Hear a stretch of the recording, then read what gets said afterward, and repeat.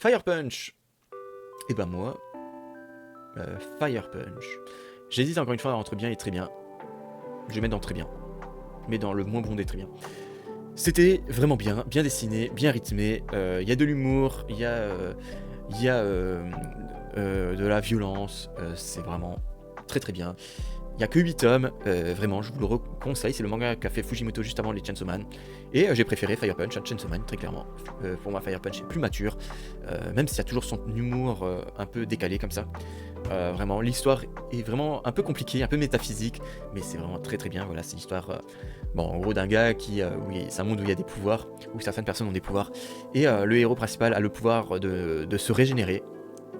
Et de pas mourir du coup si on lui coupe un bras, son bras va repousser et tout d'un coup il va se faire enflammer par un mec qui a un pouvoir de flamme éternelle, c'est à dire de flamme qui ne s'éteint jamais, et donc il va brûler en permanence, et du coup il va errer dans ce monde post-apocalyptique où il y a de la neige partout, où il y a une ère glaciaire, aussi provoquée par un personnage qui a un pouvoir, la sorcière des glaces je crois qu'il appelle.